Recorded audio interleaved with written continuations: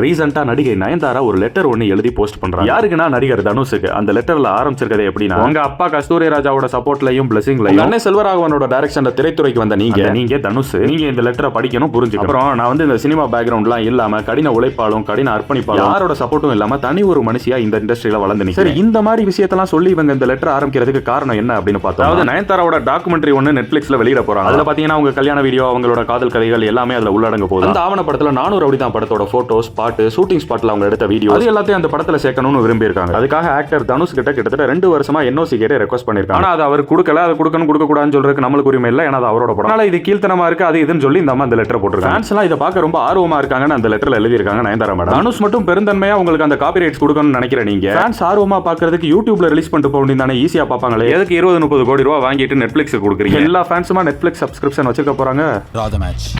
இன்னொரு முக்கியமான விஷயம், எனக்கு தோணுனதை சொன்னேன், நான் தனுஷுக்கு சப்போர்ட் பண்ணல.